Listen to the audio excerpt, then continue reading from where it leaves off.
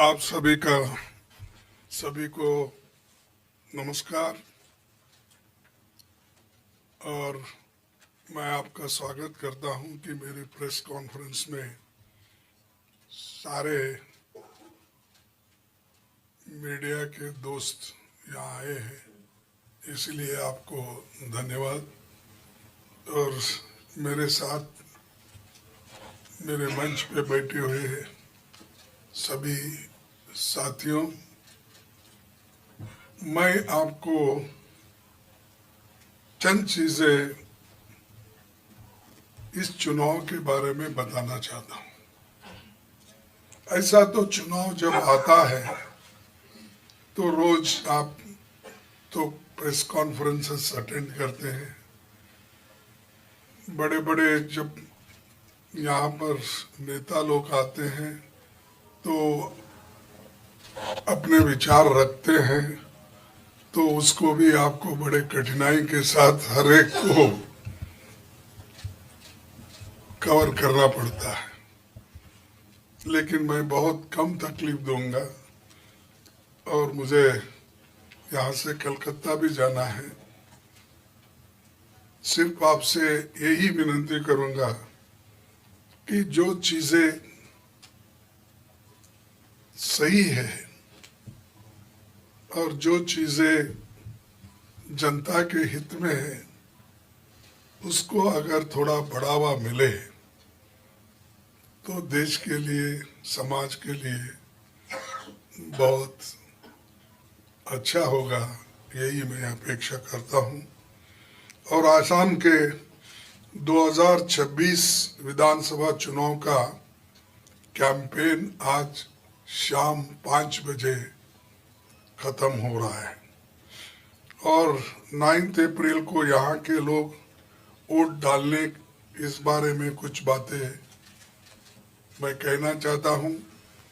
और आप अपने वोट से, पहला मुद्दा तो ये है कि आप अपने वोट से आसाम की सबसे भ्रष्ट सरकार को सत्ता से बाहर निकाल रहे हैं।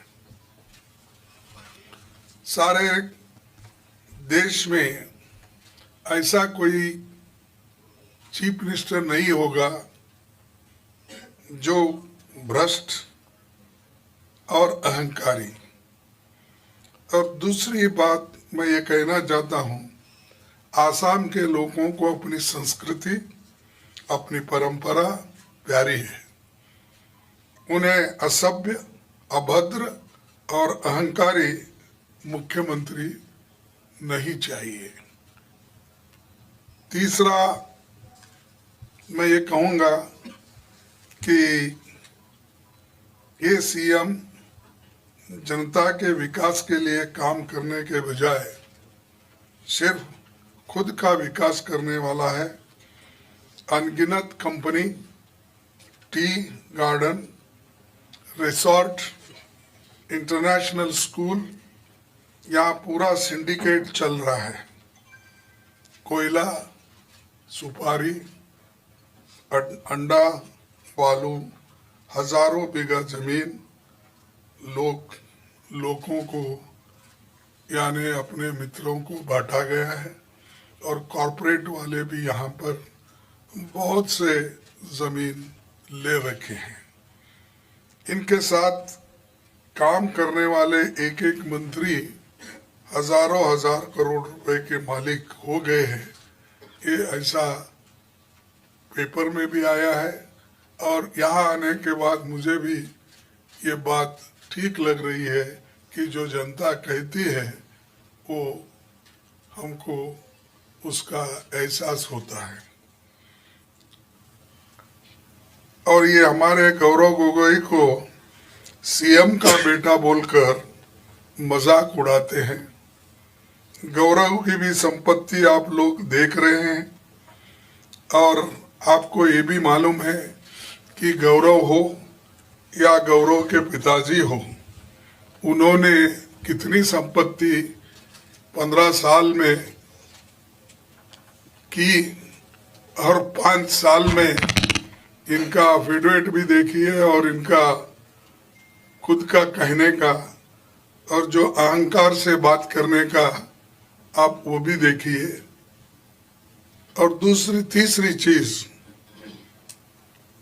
PM, home minister Mohan Bhagwat, RSS क्या कहना है इस भ्रष्टाचार के बारे में मैं पूछना चाहता हूं। बाहर तो बहुत बोलते हैं, बाहर तो ये बोलते हैं कि कोई भ्रष्ट आदमी को हम सपोर्ट नहीं करेंगे, इस देश में भ्रष्टाचार हम सहन नहीं करेंगे, मैं खाऊंगा न किसी को खाने दूंगा। लेकिन यहां तुम्हारा अडॉप्टेड सन खूब खा रहा है, उसकी इंक्वायरी क्यों नहीं होती? तो आपने इसको अडॉप्ट कर लिया ना। आसाम के चीफ मिनिस्टर को ने तो आपने एक कहा कि ये बहुत अच्छा लड़का है, बहुत अच्छा काम करता है, ये सब। क्या तुम्हारा अडॉप्टेड सन यही काम करता है? क्या इसी के लिए आपने उसको अडॉप्ट किया है? खैर, गौरव गोगोई, तरुण गोगोई का बेटा, ठीक है, उन्हें तो ऐसी कामें नहीं की, उनके पिताजी ने नहीं किया, उनका बेटे ने नहीं किया।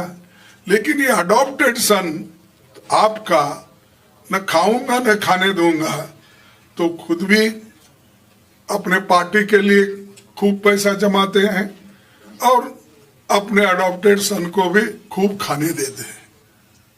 तो ये आपको सबको मालूम है, इतना भ्रष्ट चीफ मिनिस्टर हिंदुस्तान में किसी स्टेट में नहीं मिलेगा। और क्या ये ईमानदार की नीति है, राजनीति है? मैं यही सवाल बीजेपी और आरएसएस के नेताओं को पूछता हूं। असम का बेटा जुबिन को न्याय नहीं मिला, फास्ट ट्रैक कोर्ट तुरंत बनाने के बजाय 6 महीने के बाद बनाया। पता नहीं किसको वो बचाना चाहते थे। हमारी सरकार बनने के बाद, जनता का आशीर्वाद हमको मिलने के बाद, हम 100 दिन में ये काम न्याय देकर रहेंगे और इस दोषियों को सजा दिला के हम रहेंगे, ये हमारा वादा है। और मैं एक बात और कहना चाहता हूं, यहाँ कांग्रेस पार्टी की सरकार बन रही है, किसी को डरने की जरूरत नहीं है।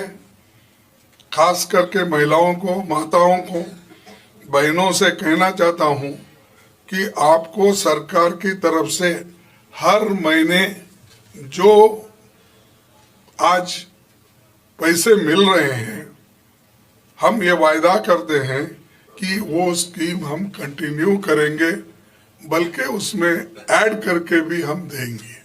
इसीलिए कोई महिला की चिंता करने की जरूरत नहीं। हमको आज पैसे मिल रहे हैं, ये कट जाएंगे, और उनका प्रचार है कि ये कांग्रेस की सरकार आई तो ये पैसे नहीं मिलेंगे। ऐसा महिलाओं में उन्होंने डर पैदा करके रखा है। तो मैं ये कहना चाहता हूं, इसको बिल्कुल हम कायम रखेंगे और पैसे भेजते रहेंगे। इसमें ऐड भी हम कर सकते हैं, ये वायदा हम महिलाओं को जरूर देना चाहते हैं। देखो, देश इंपॉर्टेंट है और देश के लिए अच्छी सरकार रहना ये भी जरूरी है, और राज्यों में अच्छा मुख्यमंत्री रहना ये भी जरूरी है। और मुख्यमंत्री अगर भ्रष्ट हो तो सारा एडमिनिस्ट्रेशन खराब होता है, गवर्नेंस खराब होता है। तो इसीलिए हम चाहते हैं बदलाव। ये हमारी लड़ाई नहीं है, ये जनता वर्सेस हेमंत विश्वास, इनकी लड़ाई है। हेमंत के खिलाफ लोग लड़ रहे हैं, लोग खुद बाहर आ रहे हैं, खुद कह रहे हैं। तो ये लड़ाई चीफ मिनिस्टर के खिलाफ लोग लड़ रहे हैं, हम उनको साथ दे रहे हैं, लोगों को सभी ने साथ दे रहे हैं। मैं बहुत जगह गया तो ओपनली लोग के कहते हैं कि ये सरकार भ्रष्ट है और इसीलिए इसको हम निकालना चाहते हैं। और दूसरा और एक चीज, ये 8वां नंबर मेरा है कहने का, हम आपको ये पैसे बिना शर्त, अनकंडीशनल, इन्होंने तो आपको मालूम है कौन झंडा लगाते उस महिला को देखते हैं, कौन प्रोसेशन में आते हैं उस महिला को देखते हैं, कौन उनको रिस्पांस करते हैं, कौन वोट देने का उनके तरफ रुझान है उनको देखते हैं। लेकिन हम वोट देने दो, वोट नहीं देने दो, बिना शर्त अनकंडीशनल महिलाओं को सपोर्ट करेंगे और ये स्कीम अच्छी तरह से लागू करके हम इसमें बढ़ोतरी भी करेंगे। और हमारे सर्वे टीम ने जमीन पर हर जगह से फीडबैक आ रहा है। हम कंफर्टेबली सरकार बना रहे हैं। सिंपल मेजॉरिटी तो 64 होना चाहिए, लेकिन हम 72-73 सीटें जरूर जीतेंगे। ये आंकड़े हमको हमारे सर्वे से मिले हैं और लोगों के जुबान में भी ये है, तो ये मैं आपको बताना चाहता हूँ। आखिर में मैं अपील करता हूँ कि 9 अप्रैल को आप सभी अपने लोग अपने घर से निकलकर वोट करना चाहिए।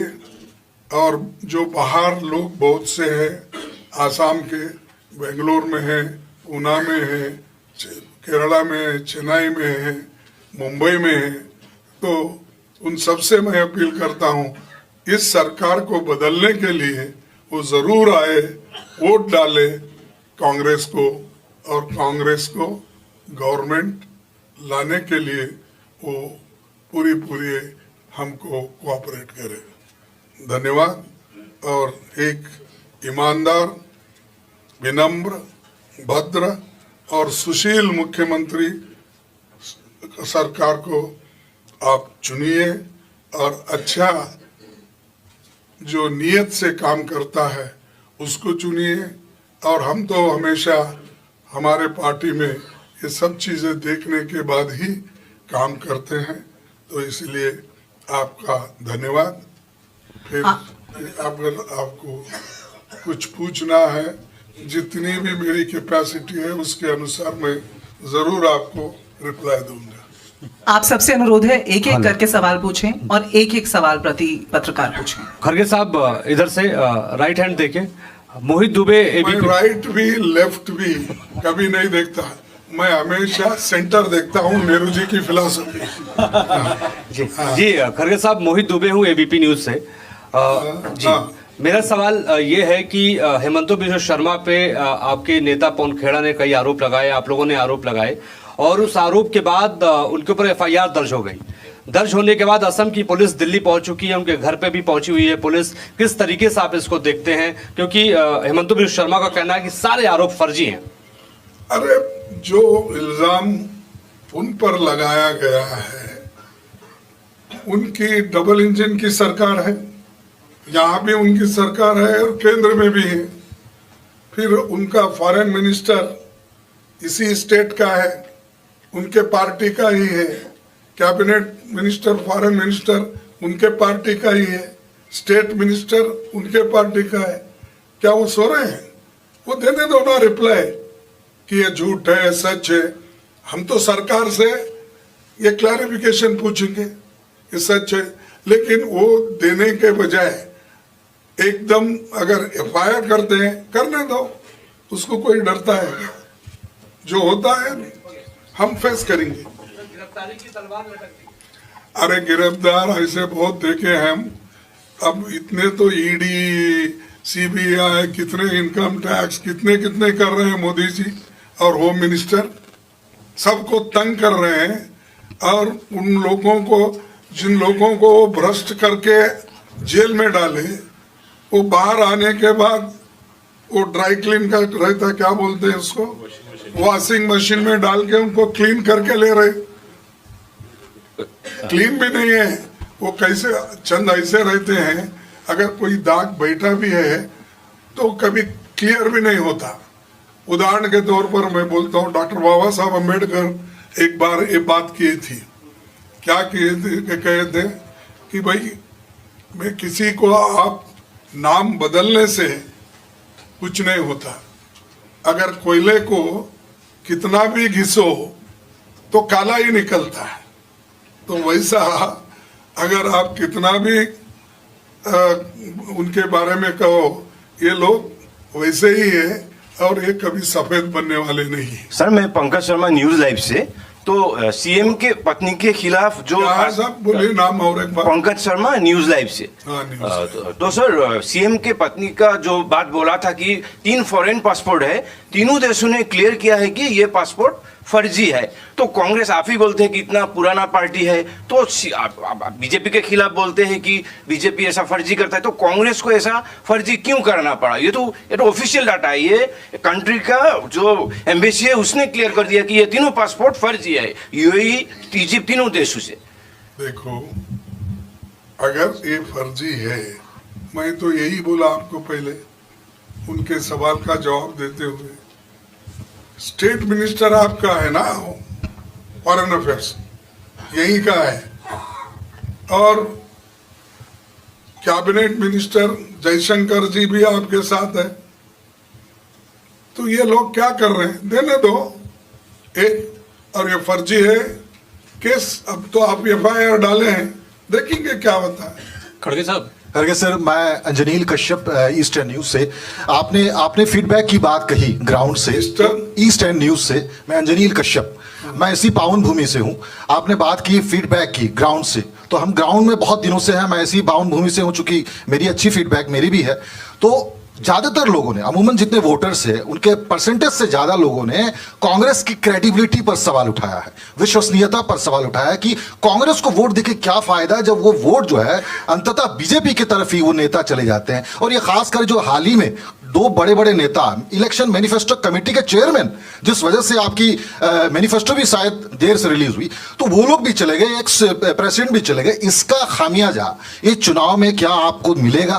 क्योंकि ये लोगों की फीडबैक है। देखिए, मैं आपका सलाह जो आपने सवाल आपने किया, मैं यही कहूँगा कि हर पार्टी में थोड़े गद्दार हो सकते हैं।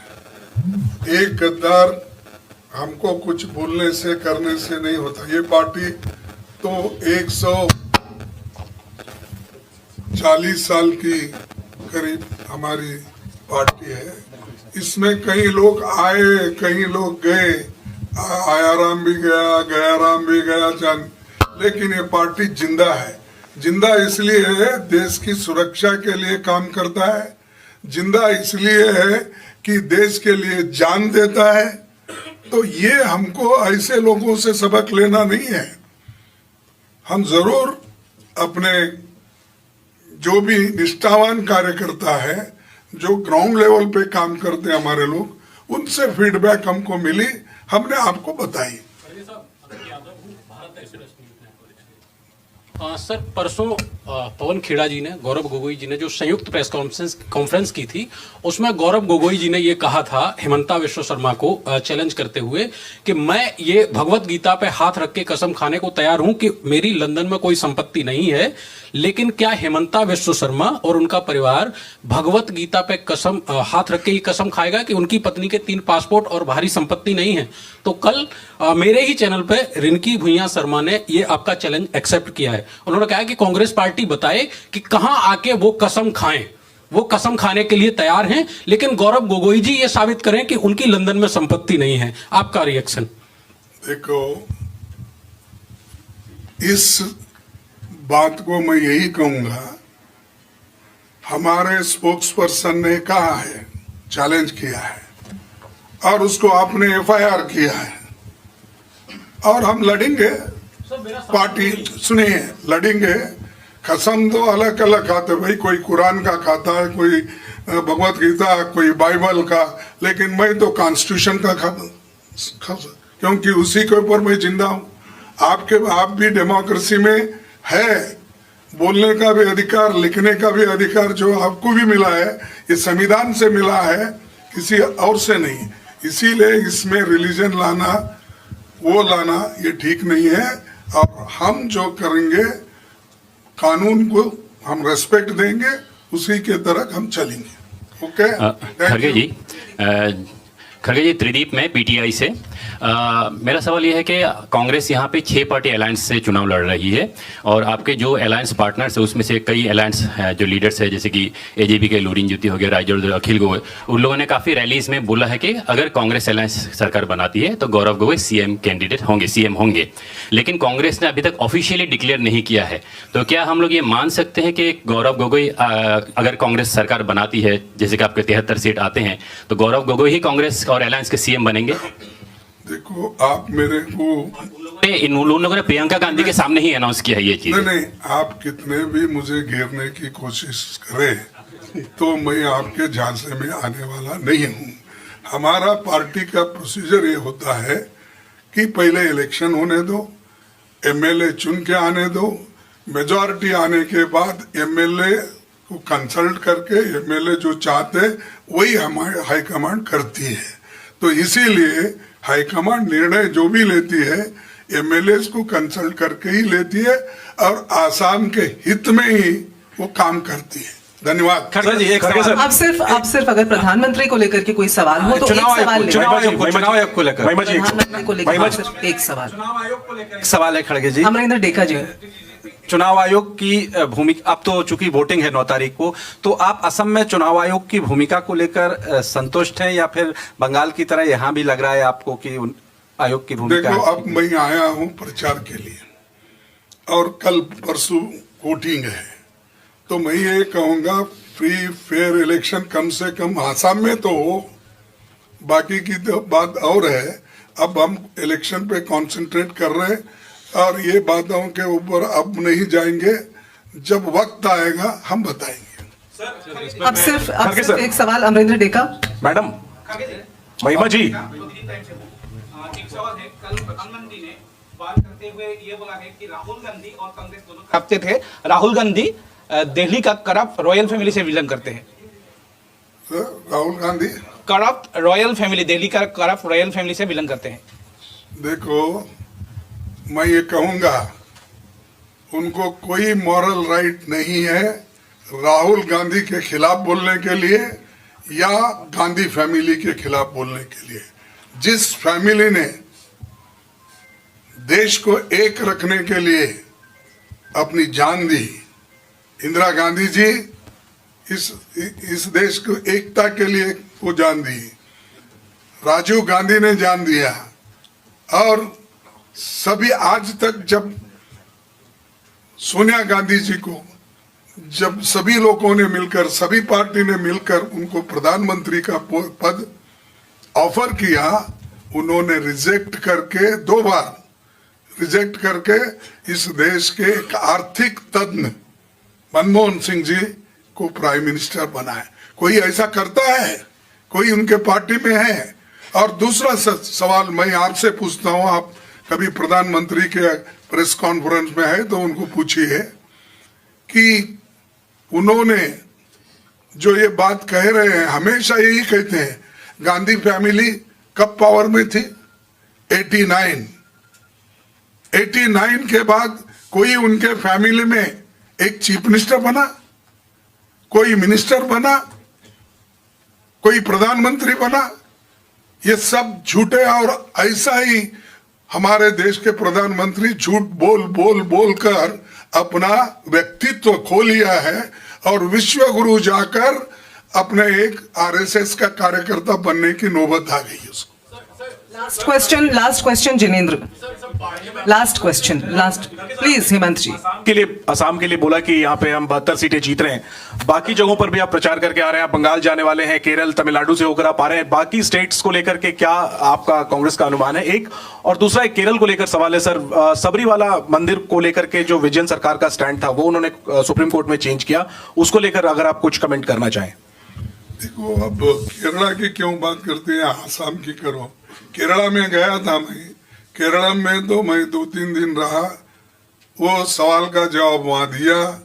और वहां जो हो रहा है कि सबरीमला का सब मुद्दों का हमने वहां पर कहा है, तो मैं यही कहूंगा, देखो मेरे दृष्टि से सब महिलाओं का हम रिस्पेक्ट करना चाहिए और जो सेंटिमेंट्स होते हैं रिलीजन के उसका भी आदर करना चाहिए। तो इसीलिए हम फिलहाल आसाम में उस बात का प्रचार करने नहीं आए, हम जो आए हैं कि आपसे मिलने के लिए, 2-4 बात करने के लिए। आप सबका धन्यवाद, आप सबका बहुत बहुत धन्यवाद। ये बोलिए हम।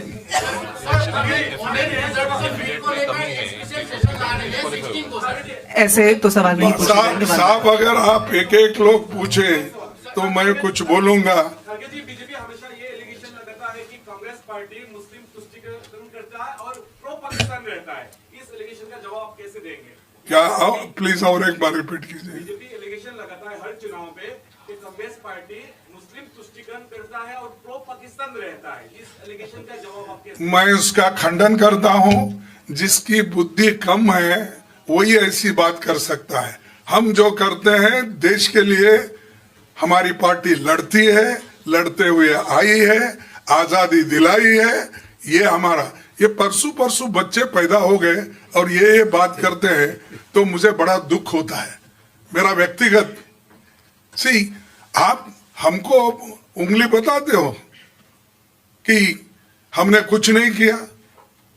आप तो परसों आए भी, आपका बीजेपी को पहले जनसंघ के नाम से आप थे, कोई वोट नहीं मिलते थे, और आप इधर जो आ गए सत्ता में तो पूरा ऐसा हो रहा है कि 1947 में आजादी हमको नहीं मिली। सिर्फ 2014 में जब मोदी जी आए और उनके चेले तो उस वक्त मेरे पास ही थे। अब ऐसा हो गया हमारी बिल्ली हमको में हूं। तो इसीलिए बोलता हूं, हमको मत छेड़ो। हम भी लोग हैं जो काम किए हैं, ग्राउंड लेवल पे देखे हैं। तो वो एक, मैं और एक आपके सामने भूल गया था, ये हेमंत बिस्वा शर्मा जी इलेक्शन एफिडेविट जो दिए हैं, इससे डिस्क्वालीफाई हो सकते हैं। क्योंकि कंटेस्ट तो अगर ये आपको इसके बारे में जरा बात है, जरा बताइए 1 मिनट। जी सर, जैसे अभी अध्यक्ष जी ने कहा कि माननीय हेमंता बिस्वा शर्मा जी ने जो अपना एफिडेविट दिया है, और हमने वो एफिडेविट की शिकायत इलेक्शन कमीशन में भी हम गए हैं, वहां शिकायत करी है। लेकिन हमें इलेक्शन कमीशन से ज्यादा उम्मीद नहीं है, क्योंकि election commission Bharatiya Janata party के कार्यकर्ता के रूप में काम कर रहा है। एक तरफ कांग्रेस पार्टी के कैंडिडेट को मारा जा रहा है, पीटा जा रहा है, उनके कई जगहों के ऊपर उनके कार्यकर्ताओं को लाठियों से और रॉडों से मारा जा रहा है, उसकी कंप्लेंट के ऊपर कुछ नहीं होता है।